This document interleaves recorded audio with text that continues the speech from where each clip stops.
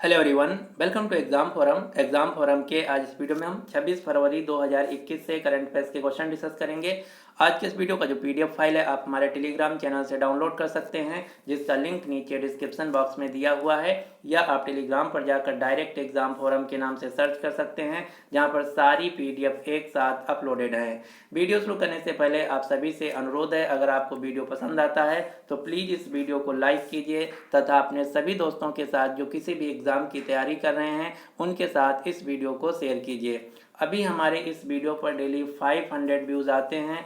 अगर आप कम से कम एक दोस्त को एग्ज़ाम फोरम यूट्यूब चैनल के बारे में बताते हैं तो हमारे जो व्यूज़ हैं बहुत ही जल्दी 1000 आने स्टार्ट हो जाएंगे। तो आप सभी लोग कोशिश कीजिए कि कम से कम एक दोस्त के बारे में, एक दोस्त को एग्ज़ाम फोरम यूट्यूब चैनल को देखने के बारे में बताएं, जिससे कि जो हमारे व्यूज़ हैं बहुत ही जल्दी आने स्टार्ट हो जाएं। तो हम आप सभी से उम्मीद करते हैं कि आप सभी लोग हमारा सपोर्ट करेंगे और इस वीडियो को ज़्यादा से ज़्यादा शेयर करेंगे। इसके अलावा अगर आपको किसी भी प्रकार की वीडियो से रिलेटेड कोई समस्या है तो आप कमेंट कर सकते हैं। बहुत से लोग कमेंट कर रहे थे कि जो वीडियो है सर इसकी टाइमिंग यानी कि लेंथ बड़ी होती जा रही है, तो अगर आप लोग कहते हैं तो हम वीडियो 15 से 20 मिनट में भी बना सकते हैं। जैसा भी आप चाहें आप कमेंट करके हमको ज़रूर बताइएगा। तो चलिए शुरू करते हैं अब आज का वीडियो। आज का पहला क्वेश्चन है, हाल ही में राष्ट्रीय अनुसूचित जाति आयोग यानी कि national commission for scheduled caste के नए अध्यक्ष कौन बने हैं? तो हाल ही में राष्ट्रीय अनुसूचित जाति आयोग यानी कि एससी आयोग के नए अध्यक्ष बने हैं विजय सांपला, यानी कि इस क्वेश्चन का सही आंसर है बी। आप ये जो फोटो में देख पा रहे हैं ये हैं विजय सांपला, जो कि हाल ही में राष्ट्रीय अनुसूचित जाति आयोग यानी कि एससी आयोग के नए अध्यक्ष बने हैं। अब हम इसी बात पर जितने भी आयोग हैं उन सभी आयोग के अध्यक्ष के बारे में जान लेते हैं। जैसे national commission for scheduled tribe यानी कि राष्ट्रीय अनुसूचित जनजाति आयोग एसटी आयोग के वर्तमान में अध्यक्ष हैं नंद कुमार साय। नंद कुमार साय वर्तमान में एसटी आयोग के अध्यक्ष हैं। इसी प्रकार से national commission for backward classes राष्ट्रीय पिछड़ा वर्ग आयोग यानी कि ओबीसी आयोग के वर्तमान में अध्यक्ष हैं भगवान लाल साहनी। भगवान लाल साहनी वर्तमान में ओबीसी आयोग के अध्यक्ष हैं। नेशनल कमीशन फॉर वीमेन यानी कि राष्ट्रीय महिला आयोग की वर्तमान में अध्यक्ष हैं Rekha Sharma. National human right commission of India राष्ट्रीय मानवाधिकार आयोग के वर्तमान में अध्यक्ष हैं justice H L. Dattu. Justice H L. Dattu राष्ट्रीय मानवाधिकार आयोग के वर्तमान में अध्यक्ष हैं। इसी प्रकार से नेशनल मेडिकल कमीशन राष्ट्रीय चिकित्सा आयोग के वर्तमान में अध्यक्ष हैं डॉक्टर सुरेश चंद्र शर्मा। ये क्वेश्चन सबसे महत्वपूर्ण है। क्यों? क्योंकि जो डॉक्टर सुरेश चंद्र शर्मा हैं ये राष्ट्रीय चिकित्सा आयोग के पहले अध्यक्ष हैं, क्योंकि जो राष्ट्रीय चिकित्सा आयोग है पिछले साल 2020 में ही बनाया गया था। तो आपको याद रखना है राष्ट्रीय चिकित्सा आयोग के पहले अध्यक्ष हैं डॉक्टर सुरेश चंद्र शर्मा। इसी प्रकार से नीति आयोग के वर्तमान में अध्यक्ष हैं भारत के प्रधानमंत्री नरेंद्र मोदी।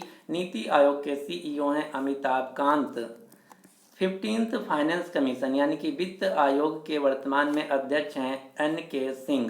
तो ये थे सारे आयोग जिनका मैंने एक एक करके डिटेल में बता दिया है।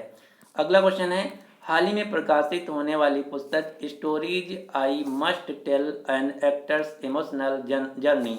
Stories I must tell an actor's emotional journey, ये जो पुस्तक है ये किस अभिनेता की आत्मकथा है? तो ये जो पुस्तक है ये कबीर बेदी की आत्मकथा है, यानी कि इस क्वेश्चन का सही आंसर है बी। आप ये जो फोटो में देख पा रहे हैं ये हैं बॉलीवुड एक्टर कबीर बेदी। इन्हीं की आत्मकथा है जिसका नाम है stories I must tell an actor's emotional journey. अगला क्वेश्चन है, हाल ही में राष्ट्रीय शहरी डिजिटल मिशन को किसने लॉन्च किया है? तो हाल ही में राष्ट्रीय शहरी डिजिटल मिशन को लॉन्च किया गया है हरदीप सिंह पुरी तथा रविशंकर प्रसाद के द्वारा, यानी कि इस क्वेश्चन का सही आंसर है सी, उपरोक्त दोनों। जो राष्ट्रीय शहरी डिजिटल मिशन है, इसका उद्देश्य है देश के सभी शहरों के लिए एक डिजिटल बुनियादी ढांचा तैयार करना। कहने का मतलब है शहर में जितनी भी सरकारी सेवाएं हैं या जितने भी सरकारी कार्यक्रम हैं, उन सभी के डिजिटल बुनियादी ढांचा को तैयार करने के लिए, एक फ्रेमवर्क तैयार करने के लिए राष्ट्रीय शहरी डिजिटल मिशन लॉन्च किया गया है हरदीप सिंह पुरी तथा रविशंकर प्रसाद के द्वारा। अब ये लोग कौन हैं, इनके बारे में हम जान लेते हैं। हरदीप सिंह पुरी जो कि वर्तमान में भारत के केंद्रीय आवास और शहरी मामलों के मंत्री हैं, और जो रविशंकर प्रसाद हैं ये वर्तमान में इलेक्ट्रॉनिक्स एवं आईटी मंत्री हैं। साथ ही साथ रविशंकर प्रसाद जो कि वर्तमान में भारत के कानून मंत्री भी हैं। अगला क्वेश्चन है, हाल ही में भारत की पहली अंडर सी सुरंग किस शहर में बनाई जाएगी? इंडियाज फर्स्ट अंडर सी टनल। समुद्र के अंदर भारत की पहली सुरंग किस शहर में बनाई जाएगी? तो भारत की पहली अंडर सी यानी कि समुद्र के नीचे भारत की पहली सुरंग बनाई जाएगी मुंबई शहर में, यानी कि इस क्वेश्चन का सही आंसर है सी। जो भारत की पहली अंडर सी सुरंग है, समुद्र के नीचे जो सुरंग है, ये बनाई जाएगी मुंबई शहर में, मुंबई के पास ही में बनाई जाएगी और इसकी लंबाई होगी 2.07 किलोमीटर। अब यहाँ से एक दूसरा क्वेश्चन याद रखना है। अगर आपसे क्वेश्चन पूछा जाए कि India's first under water metro, Bharat की पहली अंडर वाटर मेट्रो यानी कि पानी के नीचे चलने वाली मेट्रो कौन है? तो भारत की पहली पानी के नीचे चलने वाली मेट्रो है कलकत्ता मेट्रो। अब यहाँ से आपसे दूसरा क्वेश्चन पूछा जाएगा कि जो कलकत्ता मेट्रो है ये भारत की पहली पानी के नीचे चलने वाली मेट्रो है, ये किस नदी के नीचे चल रही है? तो ये हुगली नदी के नीचे चल रही है। किस नदी के नीचे? हुगली नदी का जो पानी है, हुगली नदी के नीचे भारत की पहली अंडर वाटर मेट्रो है कोलकाता मेट्रो। अब यहाँ पर बात की गई है टनल की यानी कि सुरंग की। तो अब आपको दो सुरंग के नाम याद रखने हैं। कौन कौन से? पहला है दुनिया की और साथ ही साथ भारत की सबसे लंबी हाईवे सुरंग। दुनिया की और साथ ही साथ भारत की सबसे लंबी हाईवे सुरंग है अटल सुरंग। अटल सुरंग जिसका पहले नाम था रोहतांग सुरंग, 2021 में इसका नाम बदलकर अटल सुरंग कर दिया गया है। अटल सुरंग जो कि हिमाचल प्रदेश राज्य में स्थित है, इसकी लंबाई है 9.02 किलोमीटर। ये है दुनिया की सबसे लंबी हाईवे सुरंग। लेकिन यहीं पर अगर आपसे क्वेश्चन पूछा जाए कि भारत की सबसे लंबी सड़क सुरंग कौन है, तो भारत की सबसे लंबी सड़क सुरंग है डॉक्टर श्यामा प्रसाद मुखर्जी सुरंग, जिसका पहले नाम था चेनानी नासरी सुरंग। चेनानी नासरी सुरंग जो कि जम्मू कश्मीर राज्य में स्थित है, इसकी लंबाई है 9.28 किलोमीटर। ये दोनों क्वेश्चन अलग अलग हैं, आपको ध्यान रखना है। दुनिया की साथ ही साथ भारत की सबसे लंबी हाईवे सुरंग है अटल सुरंग। लेकिन अगर क्वेश्चन पूछा जाए भारत की सबसे लंबी सड़क सुरंग कौन है, तो उत्तर होगा डॉक्टर श्यामा प्रसाद मुखर्जी सुरंग जो कि जम्मू कश्मीर राज्य में स्थित है। यहीं पर आपको दो पुल के नाम याद रखना है। पहला है देश का सबसे लंबा पुल कौन है? तो देश का सबसे लंबा पुल है भूपेन हजारिका सेतु, जिसका दूसरा नाम है ढोला सदिया ब्रिज। जो ढोला सदिया ब्रिज है, भूपेन हजारिका सेतु है, यह देश का सबसे लंबा पुल है जिसकी लंबाई है 9.15 किलोमीटर, जो कि लोहित नदी पर स्थित है। ये कहाँ पर पुल बना है? तो ये पुल असम राज्य को अरुणाचल प्रदेश से जोड़ता है। वर्तमान में भारत का सबसे लंबा पुल है भूपेन हजारिका सेतु।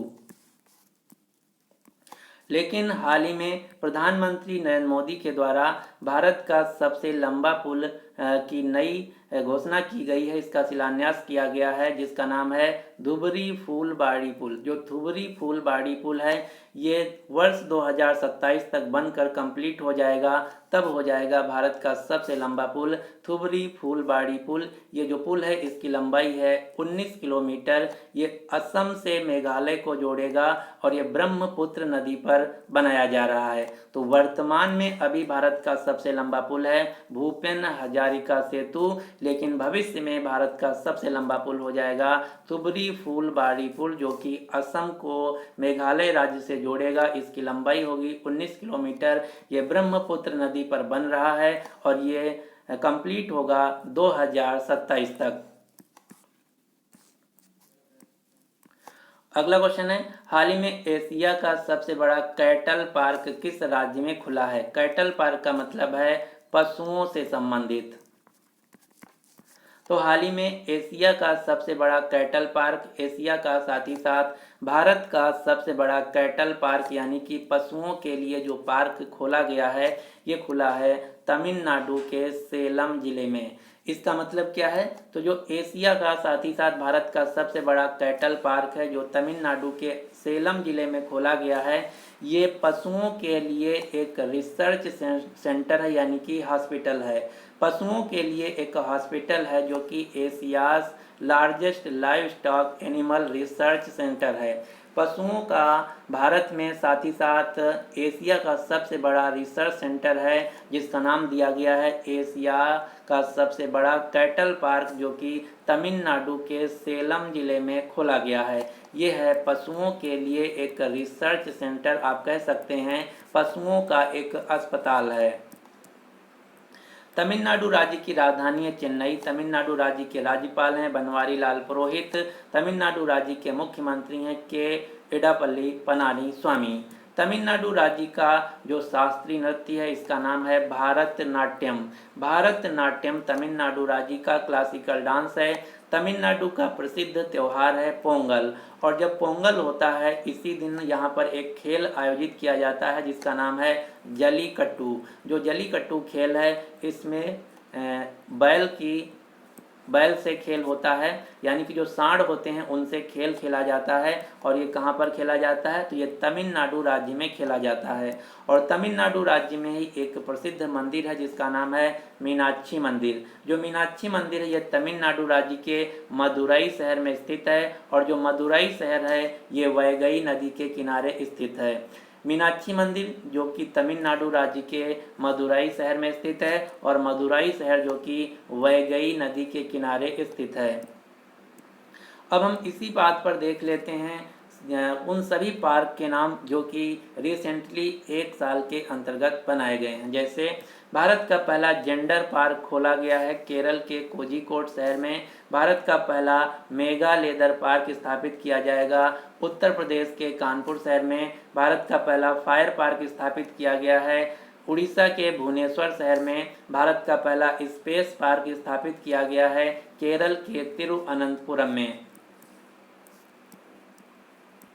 इसी प्रकार से भारत का पहला टायर पार्क स्थापित किया गया है पश्चिम बंगाल राज्य में। भारत का पहला डॉग पार्क यानी कि कुत्तों के लिए प्रशिक्षण पार्क खोला गया है तेलंगाना की राजधानी हैदराबाद में। भारत का पहला मिसाइल पार्क आंध्र प्रदेश के विशाखापट्टनम में। भारत का पहला लाइकेन यानी कि कवक पार्क स्थापित किया गया है उत्तराखंड राज्य के मुनस्यारी क्षेत्र में। भारत का पहला मल्टी मॉडल लॉजिस्टिक पार्क स्थापित किया जाएगा असम के जोगीघोपा शहर में। तो ये हैं कुछ पार्क जो कि रिसेंटली 2020 और 21 में ओपन किए गए हैं। इन सारे का नाम आपको याद रखना है। यहीं पर अगर आपसे क्वेश्चन पूछ लिया जाए कि भारत का पहला नेशनल पार्क कौन है, तो भारत का जो पहला राष्ट्रीय उद्यान है इसका नाम है जिम कॉर्बेट नेशनल पार्क। जो जिम कॉर्बेट नेशनल पार्क है ये उत्तराखंड राज्य में स्थित है। भारत का पहला राष्ट्रीय उद्यान यानी कि नेशनल पार्क है जिम कॉर्बेट नेशनल पार्क जो कि उत्तराखंड राज्य में स्थित है। जिम कॉर्बेट नेशनल पार्क को राष्ट्रीय पार्क का दर्जा दिया गया था 1936 में। अगला क्वेश्चन है, कोवैक्स प्रोग्राम के तहत कोविड-19 टीका प्राप्त करने वाला दुनिया का पहला देश कौन बन गया है? तो हाल ही में कोवैक्स प्रोग्राम के तहत कोविड-19 टीका प्राप्त करने वाला दुनिया का पहला देश बन गया है घाना, यानी कि इस क्वेश्चन का सही आंसर है सी। घाना देश जो कि अफ्रीका महाद्वीप का देश है। घाना देश की राजधानी है अकरा, ACCRA अकरा, और घाना देश की मुद्रा है चेडी। घाना देश जो कि अफ्रीका महाद्वीप का एक देश है। अब हम चलिए समझते हैं कि कोवैक्स प्रोग्राम क्या है। तो जो कोवैक्स प्रोग्राम है ये संयुक्त राष्ट्र यानी कि यूनाइटेड नेशन तथा विश्व स्वास्थ्य संगठन WHO के द्वारा शुरू किया गया है। कोवैक्स का फुल फॉर्म है कोविड-19 वैक्सीन ग्लोबल एसेस। कोविड-19 वैक्सीन ग्लोबल एसेस कोवैक्स का फुल फॉर्म है। अब हम जानते हैं डिटेल में कि कोवैक्स प्रोग्राम क्या है। तो कोवैक्स प्रोग्राम क्या है इसके बारे में जानते हैं अब हम। तो आप सभी को पता है कि पूरी दुनिया में कोविड-19 वायरस की वजह से पूरी दुनिया तबाह है, जिसके लिए आप सभी देशों को चाहिए कोरोना वायरस की वैक्सीन। लेकिन वैक्सीन के लिए पैसे चाहिए और कई ऐसे देश हैं जिनके पास पैसे नहीं हैं या फिर गरीब देश हैं। तो ऐसे देशों को दुनिया के जो 92 देश हैं, यानी कि दुनिया की जो 92 ऐसे देश हैं जो कि कोरोना वायरस की वैक्सीन नहीं खरीद सकते हैं या फिर वो बहुत गरीब देश हैं, ऐसे देशों को संयुक्त राष्ट्र या विश्व स्वास्थ्य संगठन के द्वारा एक कोवैक्स प्रोग्राम के तहत फ्री में कोरोना वायरस की वैक्सीन दी जाएगी। यही है कोवैक्स प्रोग्राम, जो कि संयुक्त राष्ट्र के द्वारा शुरू किया गया है। इस प्रोग्राम के तहत लक्ष्य रखा गया है 2021 के अंत तक दुनिया के जो 92 गरीब देश हैं इनको 2 बिलियन वैक्सीन की डोजेज दी जाएं, यानी कि जो इन देशों को 2021 के अंत तक 200 करोड़ जो वैक्सीन है इन सभी देशों को दिया जाएगा। तो सीधा सीधा कहने का मतलब है उन सभी देशों को जो कि कोरोना वायरस की वैक्सीन नहीं खरीद सकते हैं, क्योंकि ये सारे जो देश हैं बेहद गरीब देश हैं। तो ऐसे देश कोरोना वायरस की मार में कहीं पीछे ना रह जाएं, तो उनको दुनिया के साथ लाने के लिए तथा वहां पर कोरोना वायरस खत्म करने के लिए संयुक्त राष्ट्र तथा विश्व स्वास्थ्य संगठन के द्वारा एक प्रोग्राम शुरू किया गया है जिसका नाम है कोवैक्स प्रोग्राम। इस प्रोग्राम के तहत इन देशों को फ्री में कोविड-19 का टीका दिया जाएगा। लेकिन यहाँ पर बात की गई है जो कोवैक्स प्रोग्राम है इसके तहत दुनिया का पहला देश बना है जिसको टीका दिया गया है, ये है घाना। ये हमारे लिए इम्पॉर्टेंट क्यों है? हमारे लिए इसलिए इम्पॉर्टेंट है क्योंकि जो कोवैक्स प्रोग्राम के तहत टीका दिया जाएगा इसके लिए संयुक्त राष्ट्र तथा विश्व स्वास्थ्य संगठन ने दुनिया की जो बड़ी बड़ी वैक्सीन निर्माता कंपनी उनसे टाई अप किया है। तो जो घाना देश को पहला कंसाइनमेंट गया है ये भेजा गया है सीरम इंस्टीट्यूट ऑफ इंडिया के द्वारा, यानी कि ये जो पहला देश इस वैक्सीन के तहत इस योजना के तहत वैक्सीन पाया है, ये वैक्सीन भेजी गई है भारत से, भारत के सीरम इंस्टीट्यूट ऑफ इंडिया से, इसलिए ये आपके लिए इम्पॉर्टेंट हो जाता है। इस वैक्सीन का क्या नाम है? तो इस वैक्सीन का नाम है एस्ट्राजेनिका वैक्सीन। एस्ट्राजेनिका वैक्सीन वही वैक्सीन है जिसका भारत में नाम है कोविशील्ड।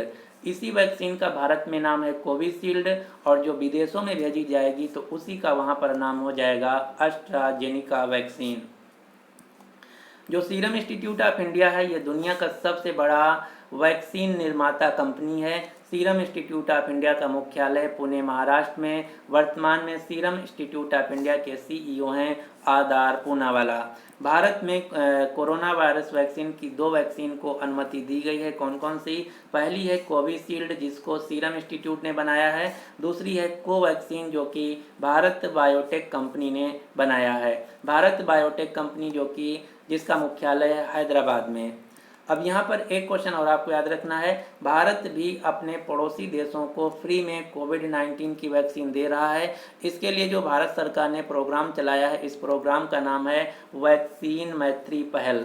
वैक्सीन मैत्री पहल के तहत भारत अपने सभी पड़ोसी देशों को जैसे भूटान, मालदीव, बांग्लादेश, नेपाल, म्यांमार, सेचल्स, श्रीलंका, अफगानिस्तान तथा मॉरिशस, इन सारे देशों को भारत सरकार फ्री में कोरोना वायरस की वैक्सीन दे रहा है वैक्सीन मैत्री पहल के तहत। अगर आपको इन देशों का नाम याद ना रहे तो भारत के जितने भी पड़ोसी देश हैं सबका नाम याद कर लीजिए, उनमें से पाकिस्तान हटा दीजिए क्योंकि पाकिस्तान देश को इस पहल के तहत फ्री में वैक्सीन नहीं दी गई है। अगला क्वेश्चन है, दूसरे खेलो इंडिया राष्ट्रीय शीतकालीन खेलों का आयोजन किस राज्य में शुरू हुआ है? तो जो दूसरे खेलो इंडिया राष्ट्रीय शीतकालीन खेल हैं इनका आयोजन आज से यानी कि 26 फरवरी से स्टार्ट होगा और ये 2 मार्च तक चलेंगे। इनका उद्घाटन किया जाएगा प्रधानमंत्री मोदी के द्वारा। और ये जो खेलो इंडिया राष्ट्रीय शीतकालीन खेल हैं इनका आयोजन किया जा रहा है जम्मू कश्मीर राज्य में, यानी कि इस क्वेश्चन का सही आंसर है बी। ये जो खेल हैं राष्ट्रीय शीतकालीन खेल हैं, यानी कि जाड़े में होने वाले खेल हैं। अगर बात की जाए अन्य खेलों की तो 2021 में जो दूसरे खेलो इंडिया यूनिवर्सिटी गेम्स हैं इनका आयोजन किया जाएगा कर्नाटक राज्य में, और 2020 में पहले खेलो इंडिया यूनिवर्सिटी गेम्स का आयोजन किया गया था उड़ीसा के भुवनेश्वर शहर में। इसी प्रकार से जो खेलो इंडिया के यूथ गेम्स हैं इनका पिछले साल 2020 में आयोजन किया गया था असम के गुवाहाटी शहर में, और इस साल यानी कि 2021 में खेलो इंडिया के यूथ गेम्स का आयोजन किया जाएगा हरियाणा के पंचकुला शहर में। वर्तमान में भारत के खेल मंत्री हैं किरण रिजिजू। वर्तमान में भारत के खेल मंत्री हैं किरण रिजिजू।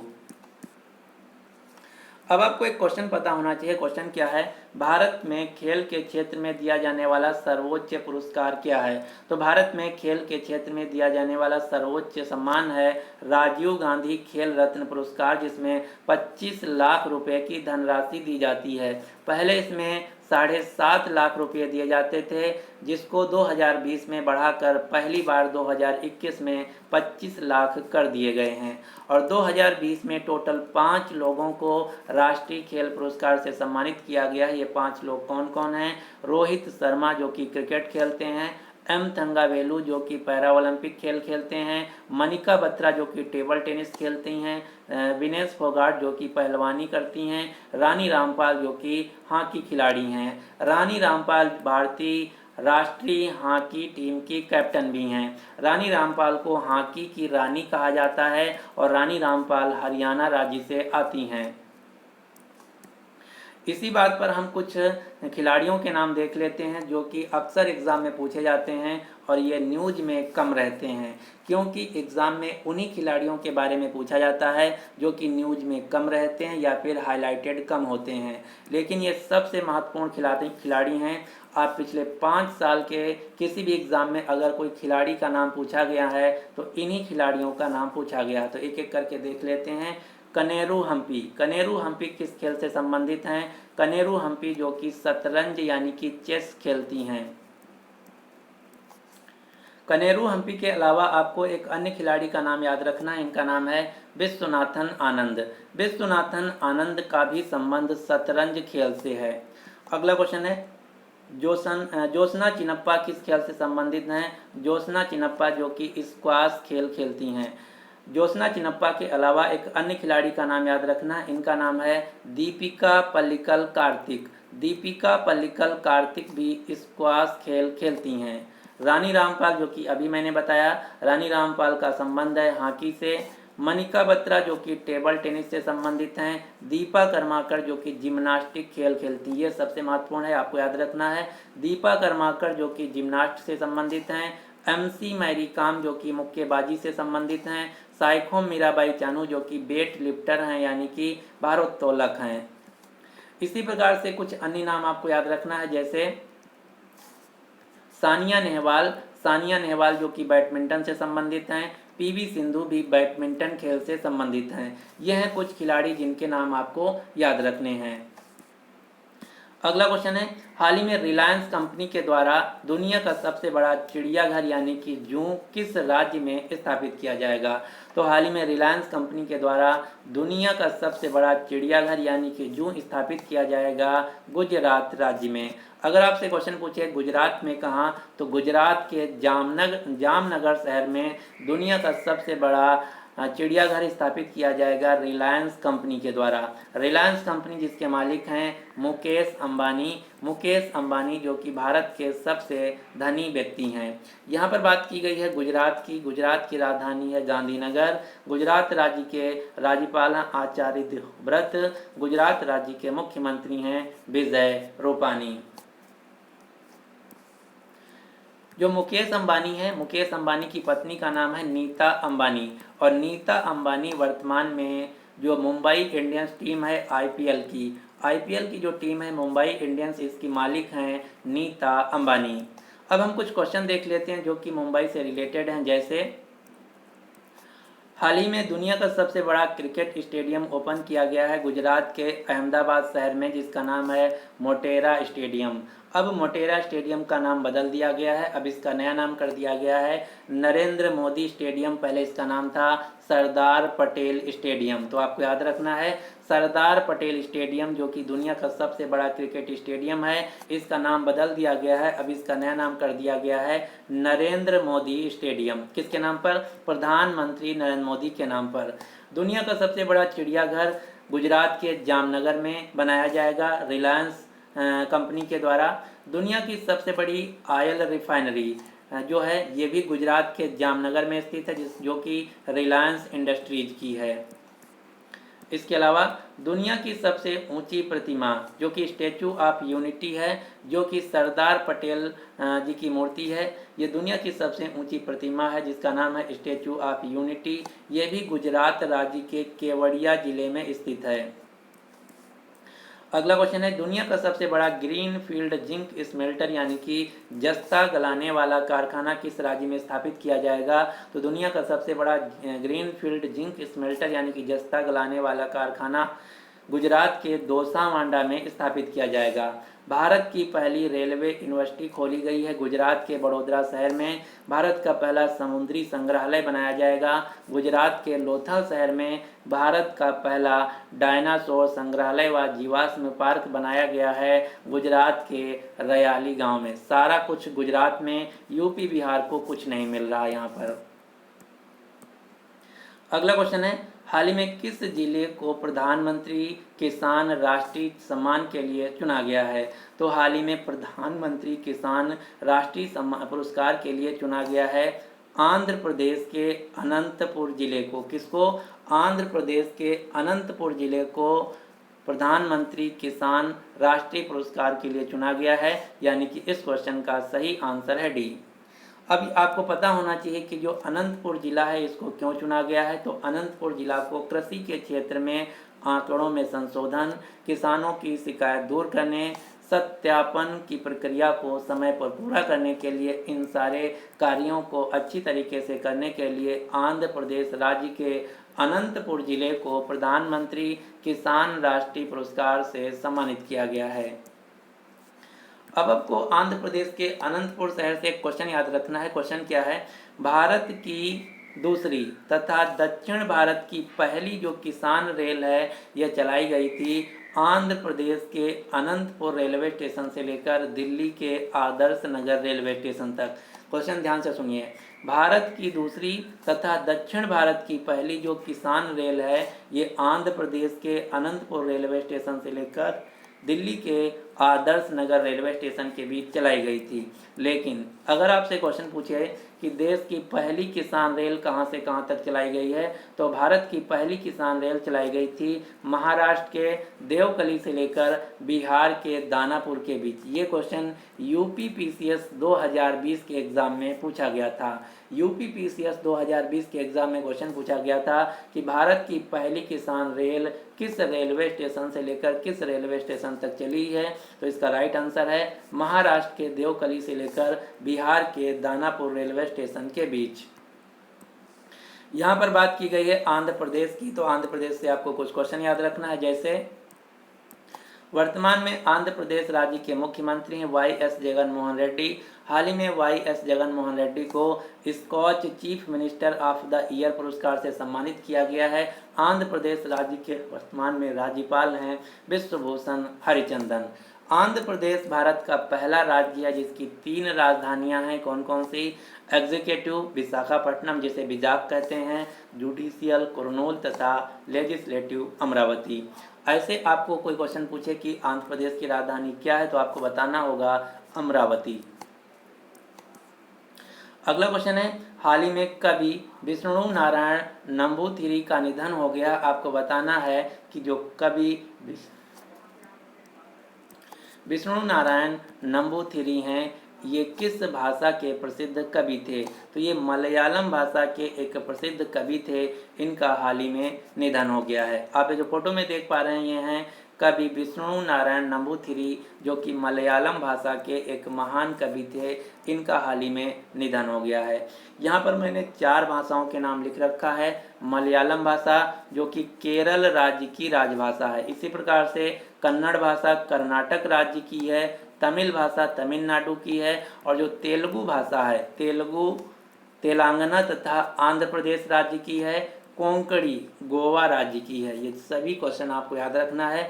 इनमें से सबसे ज़्यादा कन्फ्यूज़न होता है कन्नड़ तथा कोंकणी को लेकर। कन्नड़ कर्नाटक राज्य की है, जबकि कोंकणी गोवा राज्य में बोली जाने वाली भाषा है।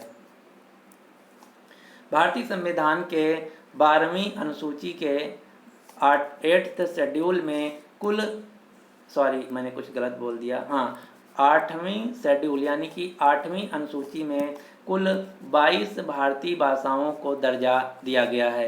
इन 22 भारतीय भाषाओं में अंग्रेजी भाषा को भारतीय संविधान में किसी भी प्रकार का दर्जा नहीं दिया गया है। दूसरा क्वेश्चन आपको क्या याद रखना है, भारत की राष्ट्रीय भाषा क्या है, भारत की नेशनल लैंग्वेज क्या है। तो आप सभी को पता होगा कि भारत की राष्ट्रीय भाषा है हिंदी, जो कि सरासर गलत है। भारत की कोई भी राष्ट्रीय भाषा नहीं है, भारत की कोई भी नेशनल लैंग्वेज नहीं है।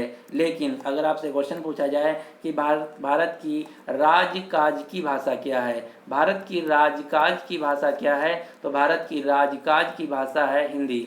राजकाज का कहने का मतलब है वह भाषा जिसमें सरकारी कागजों पर काम किया जाता है। तो भारत की राजकाज की भाषा है हिंदी, जबकि भारत की राष्ट्रीय भाषा कोई नहीं है। तो ये थे आज के हमारे करंट अफेयर्स के क्वेश्चन। अब आपके लिए क्वेश्चन क्या है कि केंद्रीय उत्पाद शुल्क दिवस सेंट्रल एक्साइज डे कब मनाया जाता है। तो इसका जो राइट आंसर है आपको डिटेल में नीचे कमेंट बॉक्स में देना होगा। अगर आपको वीडियो पसंद आता है तो प्लीज़ इस वीडियो को लाइक कीजिए तथा अपने सभी दोस्तों के साथ जो किसी भी एग्ज़ाम की तैयारी कर रहे हैं उनके साथ इस वीडियो को शेयर कीजिए। साथ ही साथ अगर आपने अभी तक हमारे चैनल एग्ज़ाम फोरम को सब्सक्राइब नहीं किया है तो इसको सब्सक्राइब करके ऑल वाले नोटिफिकेशन बेल को ऑन कर लीजिए, ताकि आने वाले सभी वीडियोज़ की जो अपडेट है आपको मिलती रहे। So finally thanks for watching exam forum.